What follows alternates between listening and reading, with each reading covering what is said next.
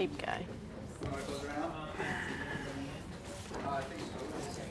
I have a question. When they're Sound guy. speaking, it's either Yes. the larger I just shot tossed it. or, and then the reason I'm asking is as I'm flipping paper, I just want to be mindful.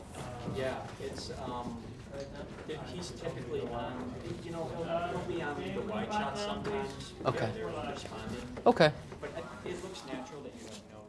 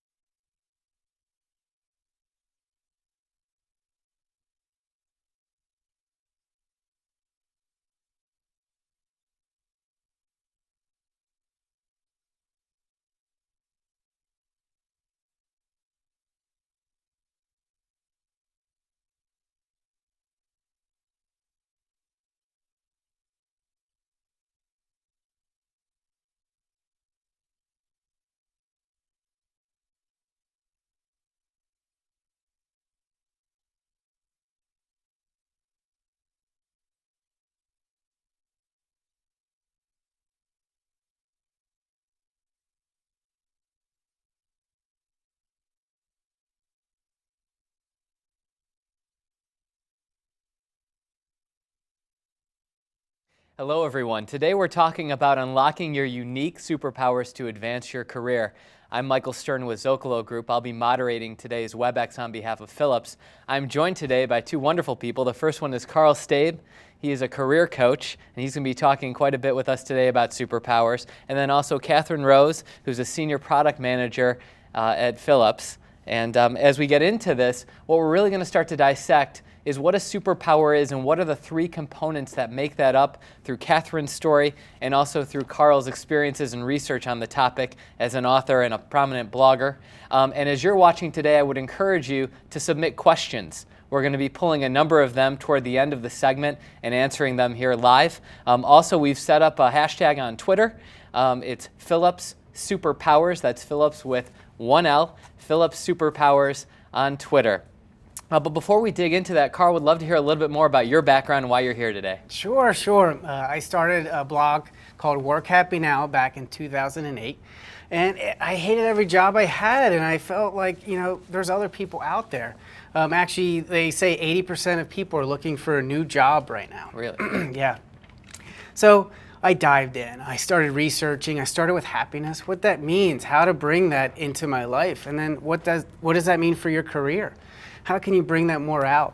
So through all that research, I created a book called Work Happy Now. And just really, diving into the concepts and having a lot of fun with it and interacting with people and learning from the whole experience.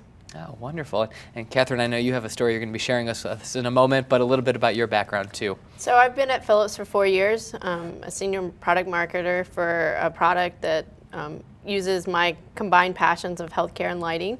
I've been there for 4 years in various different roles. I've actually learned quite a bit about Philips and healthcare from my daughter's experiences in the medical world. So one of my daughters actually had a lot of medical issues when she was born. She was in the NICU for 2.5 months, and it's really been a great experience to come and work for Philips, a company that's so passionate and so involved in healthcare as well as other areas that are really helping people, and especially for me, my daughter, in the world.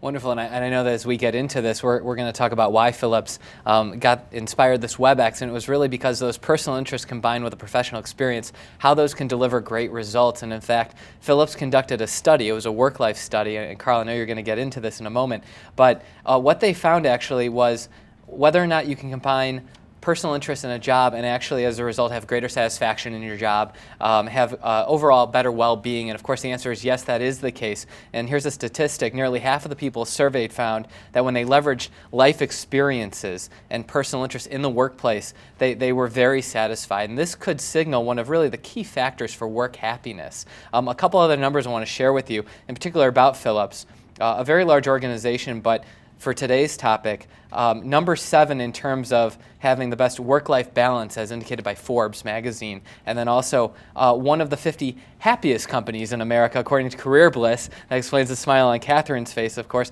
But Carl, when you hear these numbers, what's your reaction? I know that you've mentioned your book, but you actually even have an equation when it comes to work happiness. Tell us about that. Core values is so important, and if a company can live their core values, an employee can live theirs, and it meshes together, it equals work happiness. And when both sides are happy, they're engaged, and you get so much better results. Interesting. And so superpowers, that's the name of the WebEx today. I imagine we're not talking about X-ray vision and being able to fly and other things, but these are actual career superpowers. What is that about? What makes up a superpower? So, when I first started my research, what happened was a lot of people focused on strengths. And it's good. Strengths is a part of the equation. But, it's not the only part. We forgot about the emotional side, and that's that passion and focus. Putting all three together, passion, focus, and strengths, is what makes up a superpower. And it's just a fun way to look at, being able to have a superpower and use it at work. Interesting. And Catherine, I know you have a story that we're going to dive into and kind of apply theory and practice together, but would you mind sharing your story? It's really incredible. Right, so my daughter was actually born, she was 4 pounds when she was born. She stayed in the NICU for 2.5 months, and she's had 7 different surgeries. She's actually 7 years old now. Wow. And it's really fantastic for me to be able to work for Philips, share my story. We did a video where some people from Philips actually came with us to the hospital and sort of videotaped her recovery from one of her surgeries. And then when my other daughter had open heart surgery last year, we did a live video webcast from the ICU, sort of showing the Philips products and sort of what the life-saving technology that Philips had brought to her surgery and sort of how she was recovering. And miraculously, she was up and walking around 6 hours after the surgery, sort of chatting with all the people in the hospital. So for me, it was really important sort of to be able to share both my personal experiences as well. And what it's led to in my career is actually, I'm now working on a lighting project, and I had some exposure to the general manager of the lighting division. And he actually said, come on down with Alexis, let's see what your idea is. And I was able to take Alexis in, and he was able to see really clearly like that Alexis responded to the LED technology that he had sort of available in his showroom. So we've been developing for about last year a product that's called the Light Aid that's really combining sort of Philips technology as well as a passion of mine that's my daughter and having an impact on her life. So it's really an amazing journey, and it's just truly a blessing to be able to work on a project and work for a company that really understands who I am personally. Wow, and you mentioned the personal and professional coming together and the meaningful ways that happens, the outcomes as a result, and Carl, that win-win that occurs between the organization and the individual. And I wonder, as you hear that story, a lot of passion there. Yeah. And that is really one of the first components when we start to break down a superpower.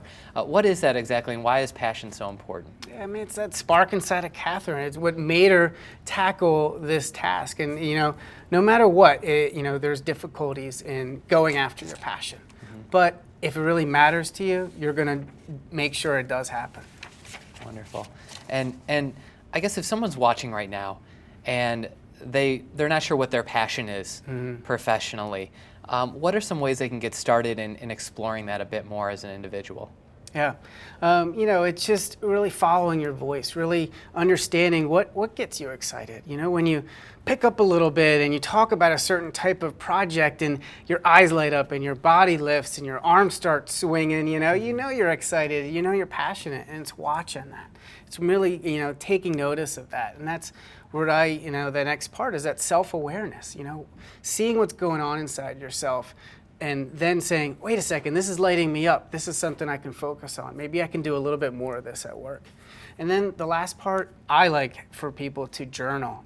Keep an eye on what's going on and, take notes on yourself. We're always evolving and changing. Document that and at least kind of be able to reflect on that and take that time. Even if it's just for 15 minutes a day, can make a big difference. Interesting. And Catherine, as you hear that out loud and you think back on your experience and how passionate you felt, does that remind you of any of those moments, or?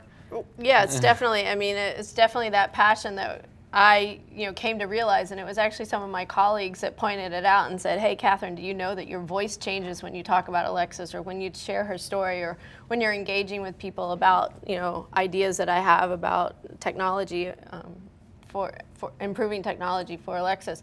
And then one of the things that I also had realized sort of from self-reflection is that it was the time that I could spend either at night or after hours or during the day that sort of made time stand still. So I would either, not notice that, oh, I just lost 3 hours doing that, or that I was really able to have an impact on something. Yeah. Well, and I know that kind of is a nice segue into the other part of a superpower, isn't it? The other component, which is focus, really. Yes. And Carl, when you have focus, why is that so important? Focus is a big part of doing great work.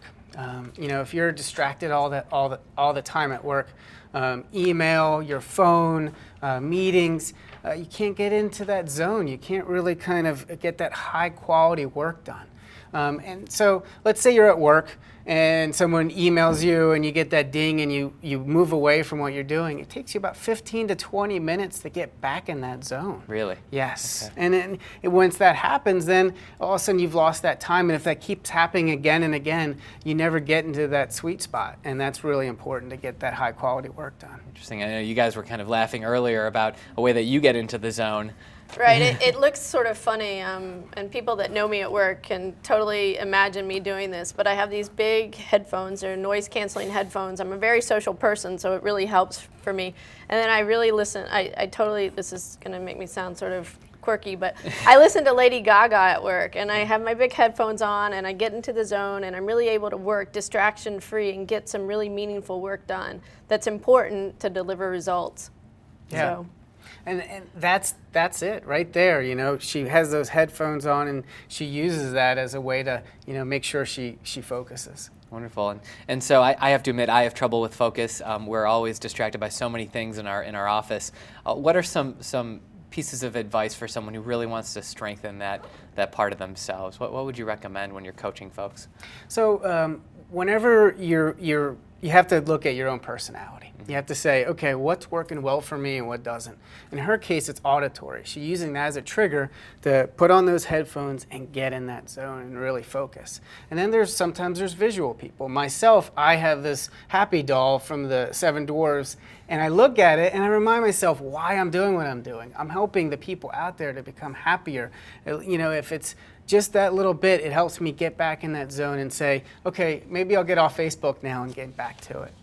So it comes back to understanding your hot spots. You know, if she works well in the morning, you got to say, okay, 9 o'clock till 10:30, this is my Lady Gaga time. And then she's going to focus. She's going to get that high level work done. And then what she's doing is she is also setting boundaries for the people all around her, all her coworkers, maybe even her boss too, say, okay, this is Catherine's quiet time. This is when she gets in that zone. Let's leave her alone. And then it's saying, okay, I have this designated time to get this work done. So she's staying focused. She's setting her mind, even probably before the headsets come on, she's setting herself up to get that high-level work done and get a lot of great stuff done. Interesting, very interesting. And I just want to interject for one moment. We're getting a lot of questions coming in. Please keep them coming. We're definitely going to tackle some of those in a moment. Also on Twitter, if you want to join the conversation, hashtag Phillips Superpowers, Phillips with one L, Superpowers, and we'd love to have you follow along as we keep on going. Back to the superpowers, the third component that brings this all together, strength. We know that we always talk about strengths in the workplace. Catherine, I imagine you have a number of them, but there are some that come to mind as we kind of play out this scenario. So one of the things that I've come to realize about myself is that I really enjoy tackling problems that are sort of pulling together either different bits of data or ideas. So synthesizing things from different parts of the organization and sort of making them into something that people might not have thought about or experienced before. And this is an example from healthcare and lighting. We're now working on a project that's a combined effort between Philips Healthcare and Philips Lighting, two different sectors within Philips, and it's really combining those two things, both my personal passion for healthcare products, the lighting technology that we have, and then also Alexis's experiences and her visual impairments and other kids like her. So it's really pulling together all of those and synthesizing them into something that's meaningful and impactful. Wow. And so strengths, of course, being a key component of a superpower, where does that fit into the larger makeup of what we've been talking about? Why is that so important? Yeah, and it comes. Think about two circles that intersect. A company has certain things, goals that they want to get done, and so does Catherine. How can they intersect in that middle part, and how can they really say, oh yes, this is something we both can help. Philips has money that they can put towards this, and other resources like other people, and then Catherine can say, okay, great, now let's all work together, get this common goal, and everybody's excited. Catherine excites the team, and then everybody works on the project to get great results. Wonderful. And I guess when you're trying to look at what your strengths are, you may have an idea in your head. As a professional, you get feedback. But what's a good way to really understand what your greatest strengths are as you're building this superpower? What are some tips for folks who are watching who may ask themselves, what are my strengths, and they want to confirm that for themselves? Yeah. So there's a wide range of, but I always like to start with kind of the mirror effect of let's see what people reflecting back to you, and then they say, oh wow, you did so great on this project. Maybe then they'll give you more of that project because they're not so good at that. So they're reflecting that back to you by, saying, hey, help me with this. So noticing that, really keeping an eye on that and documenting it too. Keep track of, what people are thanking you for and, what's going on at work. And then, really make sure you take the time to revise those goals and say, okay, like I talked about the journal earlier, say, well, I'm working on this certain type of task. It does come easy to me. Maybe I can start to do more of that at work. And then you really use your strengths at work. Wow. And so when we combine these things, we've talked about passion, focus, and strengths. These are the core components, and they require a lot of self-awareness, a lot of self-discovery, but then they all ladder up to a superpower. And so is that really, the superpower is almost really the outcome, the sum of the parts, really? Is that a fair way to describe it? Yeah, and what it does, it's just a fun way to look at, really powerful strengths inside yourself, because, you're something that lights you up inside, something that you can focus on. And I think if you really look at it, you got to look at within yourself and you got to say, okay, this is what's working well for me. This feels good to me. And then the next part is, okay, what are other people on my team doing well, and how can I complement that? Because if everybody has the same superpowers, then, they're all trying to do the same type of work. You want a wide variety of superpowers on one team. That's when a team gels together, helps each other out, and really supports each other to, get those results that you expect. And then the last part is, just watching your actions, seeing, what are you drawn to? You'll see your energy drawn to certain things. You'll see positive thoughts start to happen when you think about a project.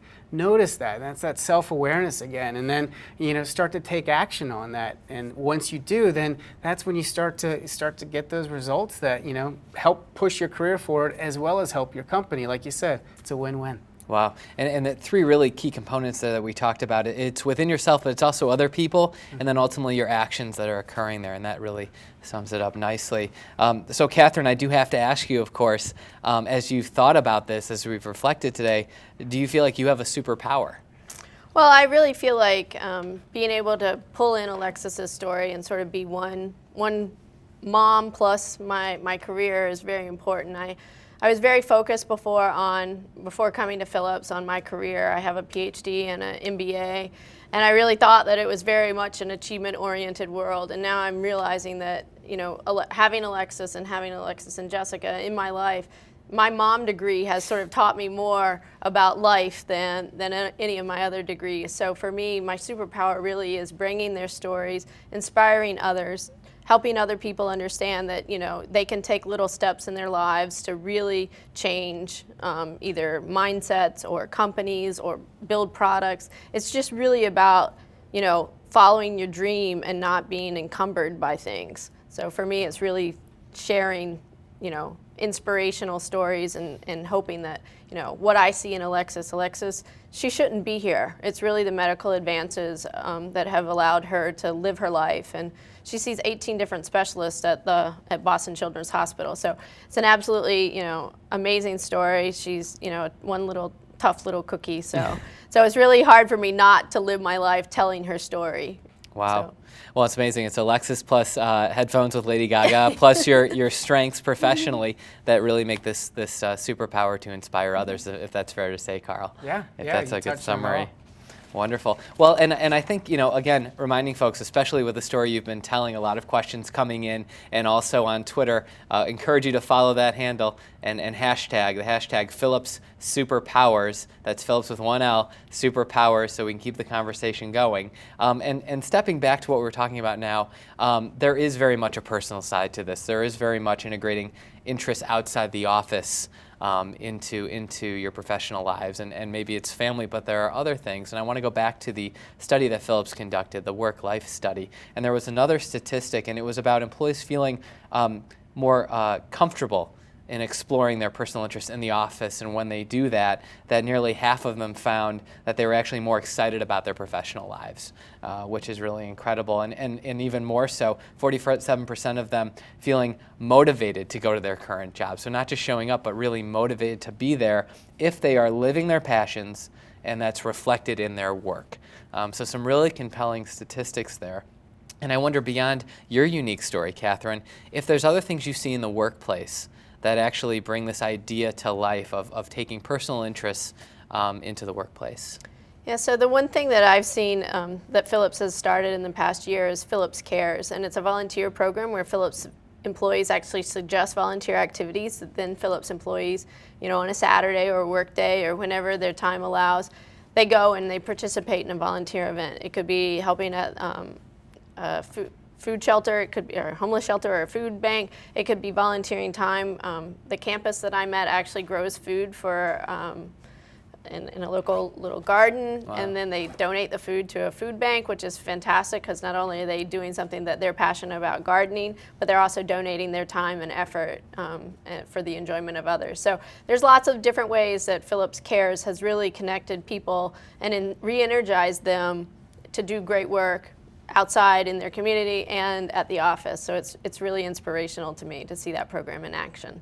Wow, and so Philips Cares is a great example, and I know a lot of companies have volunteer programs and things, but this one's really focused on personal interest. And Carl, I'm curious, when you see, again, going back to that win-win, what's the upside for an organization when they invest time and encourage their people to bring those passions into the workplace? What's the benefit there? Yeah, and that's a part of a growing company and a great company. No matter what, a happy workplace is so important, and it can increase sales by 30% and then lower a burnout by 125%. Wow.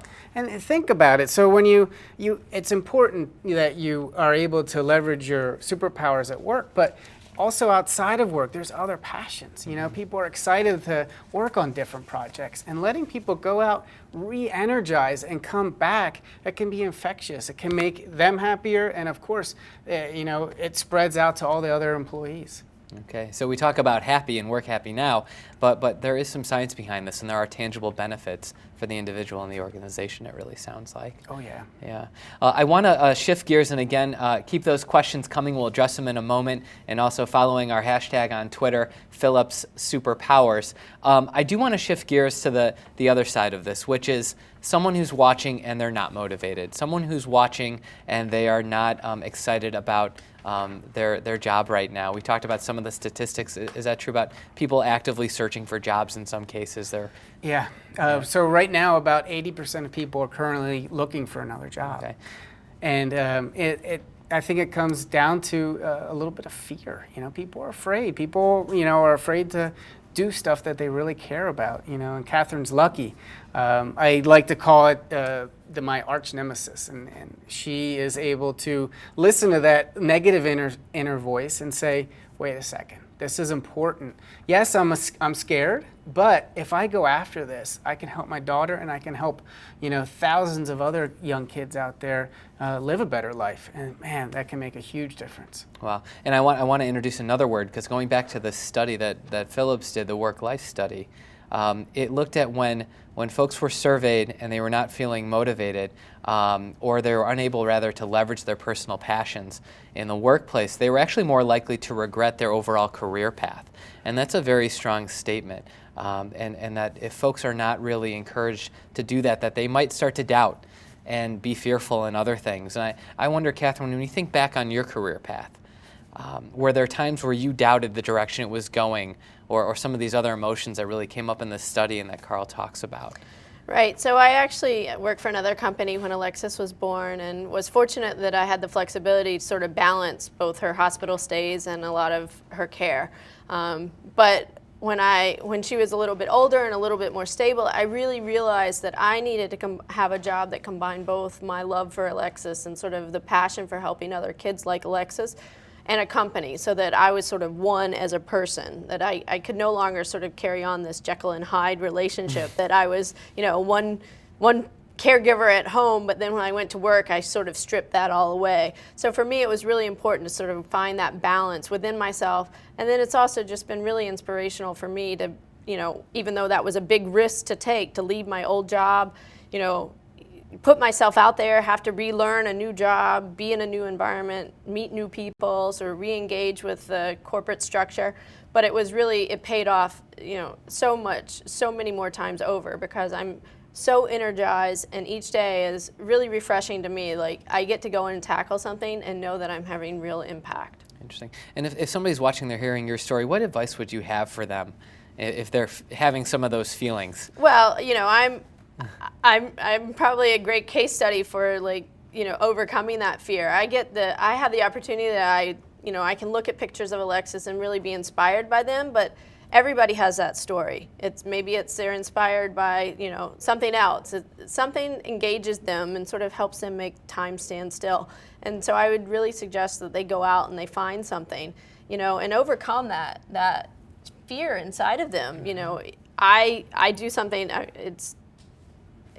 Maybe it's not believable, but I really do have this little folder, an email folder, that I keep all the encouraging emails that I get. So if someone sends me an email that says, "Catherine, you're doing an awesome job," or, "Hey, you know, atta girl, you're doing great," I keep those all in an email folder. So if I have moments of self-doubt or sort of criticism, that I'm the little voice, that I can really read those, get re-energized, and go on. And so I really, you know, want people to sort of go after that same energy and find that within themselves, either, you know, however they need to do that. So that's my, you know, my thought. No, that's great advice. And Carl, you'd mentioned earlier the arch nemesis, which of course plays into the theme around superpowers.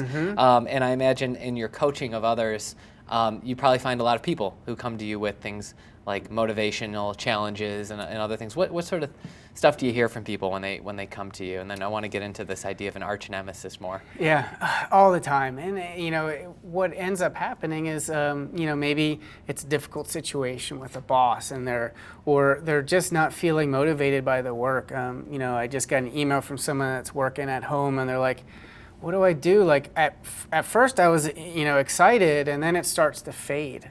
So it's kind of coming back to that spark and re-energizing yourself, and that's, you know, that's where that self-awareness comes in. And one of the best ways to do that is, you know, keep a gratitude journal. You know, I talked about a journal earlier, but at the end of each day, look at what's going on and say, "This was positive." And then just list them. You know, it could be 3 things, it could be 5.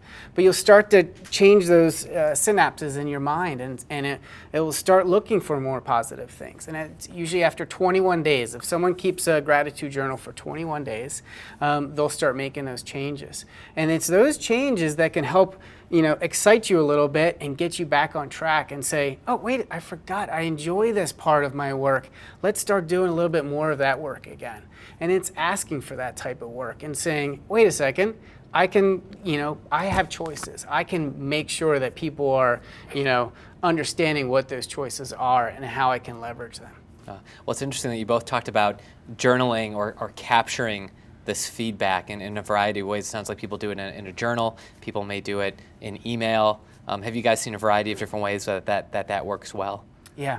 You know, like when we talk about that mirroring effect is, look at what people are bringing back to you. They might not email you and that you can save, but they might say, like, "This was fantastic. You know, I couldn't have done this without you. This would have taken me all day, and you did it in 1 hour." You know, and that comes back to those strength stuff that comes easy to you. Wonderful. Well, I know we have a lot of questions coming in. Before we go to those, I do just want to recap because there was such great information.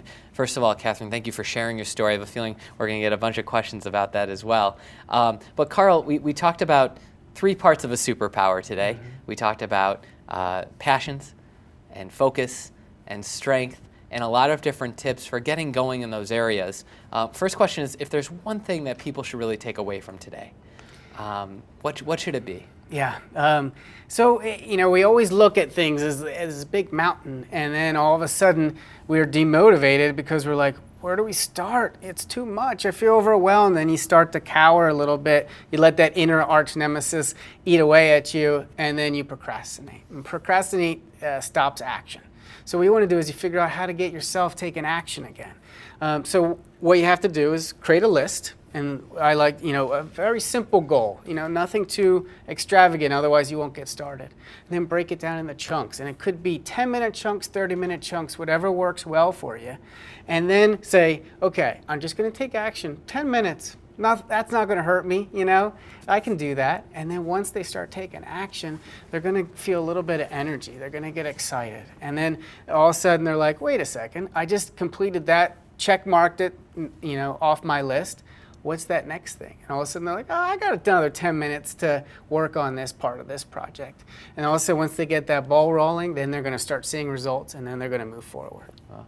And Catherine, as you're listening to that and you think about the journey, and you mentioned when you first came to Philips and then you first engaged in the healthcare sector, and Alexis and both of you went together, I imagine this didn't all happen overnight, and it reminds me of those steps.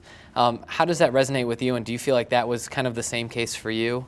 I definitely, for me, I'm a very list-oriented person. So for me to write down things concrete things and strategies that I can do really makes sense to me, and it really aligns sort of to who I am. But what I really sort of helped me the most is sort of knowing that there was a bigger goal at the end of it all, and sort of being able to really squash the arch nemesis to say, at the end of the day, my passion and my, I have to speak up for Alexis. She doesn't talk. She's 7. She doesn't talk. She doesn't walk. She's considered deafblind, so she has hearing and vision impairments. And she's got a lot of medical issues. And so we're in and out of doctor's offices constantly. So I have to be her voice. And so for me, it's really sort of coming back and sort of finding something that centers me and sort of says, at the end of the day, this is the reason that I'm doing all of this. And yes, definitely having concrete actions, but also knowing the bigger goal of helping, the end goal of helping Alexis and kids like her. So wow, it's really empowering for me.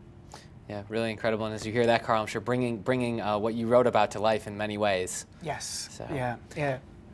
I wonder also, after someone has done this, they've identified their superpower. I want to dig a little deeper on this. What if you start to feel yourself waning a little?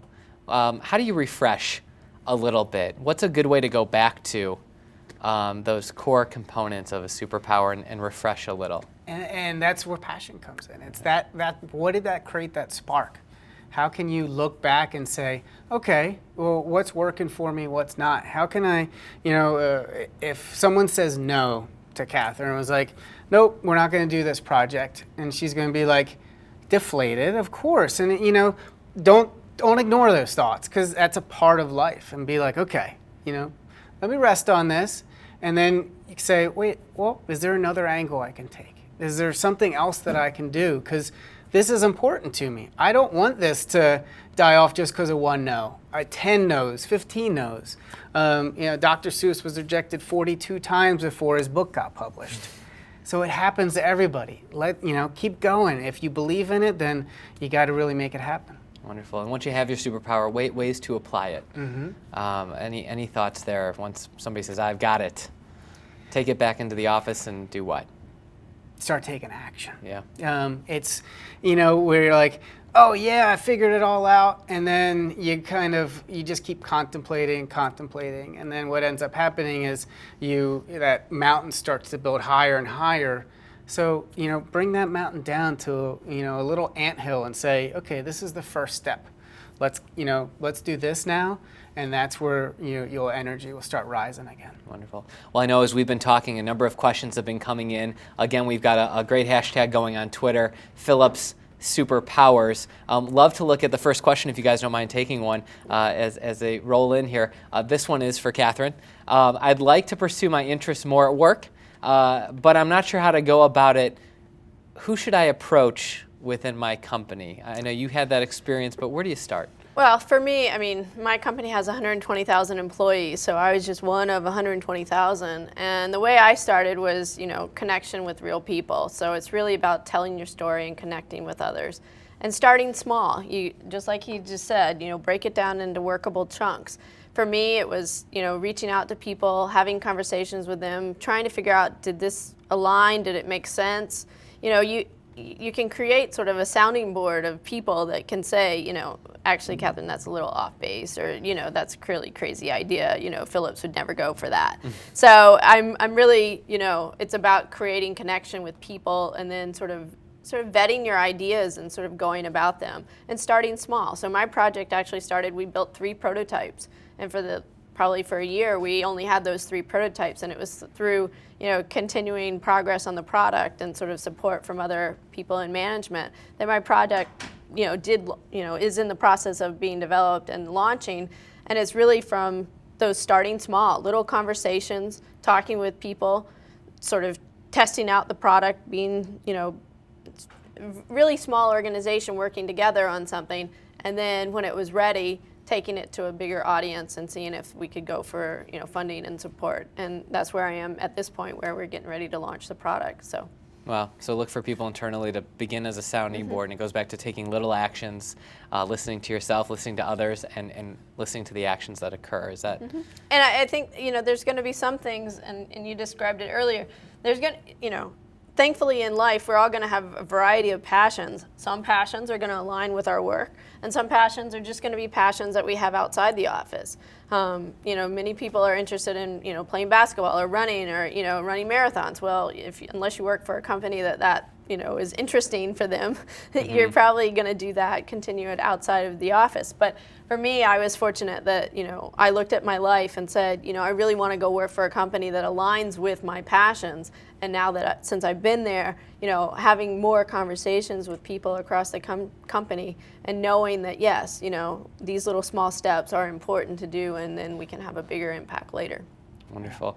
Wonderful. And I want to ask you a question because it leads into the next question that we've gotten from Sabrina on Twitter. And it's, how long have you been working on this project and the story that you're telling? Has it been really since Alexis was born? What's the timing that we're talking about for all of this? Really 4 years at Philips. Yeah, so Alexis is 7. So I worked for my other company until Alexis was 3. She actually goes to Perkins School for the Blind, so at that point she started there. And I took the job at Philips when Alexis was 3 and started working in my job in finance. And then about a year into the job, I had email with this general manager and said, hey, did you know that your lighting products could potentially help kids like Alexis? And the funny thing is that, I thought he would just say, oh, that's neat. I didn't even know whether he would respond, and he did, and we went down to visit. We built those first 3 prototypes probably a year, 6 months later. And then it really kind of was a very quiet project for a while until the CEO of healthcare at the time actually funded the project to continue. Wow. So for me, it's been almost 3 years. So August of 2013 will be 3 years since we had first conversations on this product. So is it overnight? No, but was it a lot of little small steps, like you said, sort of gaining momentum and sort of, tackling problems, putting down that little voice, even the nose, and sort of moving it forward. So it's really great. Well, and the reason I ask you is that the question's for both of you, actually. And Carl, I think you can weigh in as well, because while you're going to an organization that's very supportive but also very large, Carl, you're a one-man show. And so you work, I know, in a variety of places, wherever you are. How do you both keep yourselves motivated, after a couple of years of doing this, and you yourself, as an author and a blogger, the question was, how do you keep yourself motivated in your current career? I think it comes down to why. Why did you choose this direction?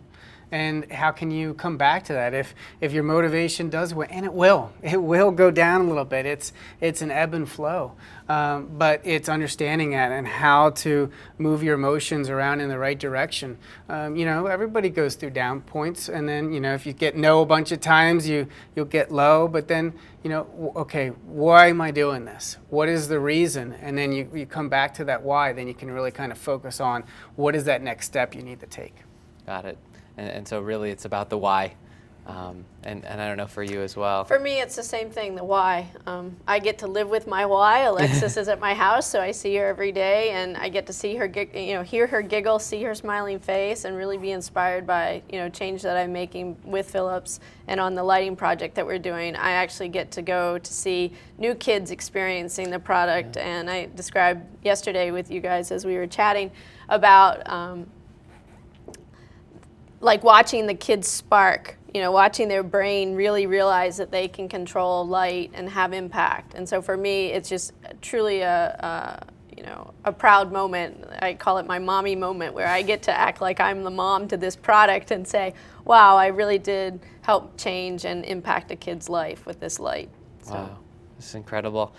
We have another question from Chris W. asks, Carl, any tips for how teams can have a dialogue on passions to change how they manage workloads? So how can they start a dialogue about passion and how they manage workloads? Two pieces in there. Yeah, So it comes down to communication. Okay.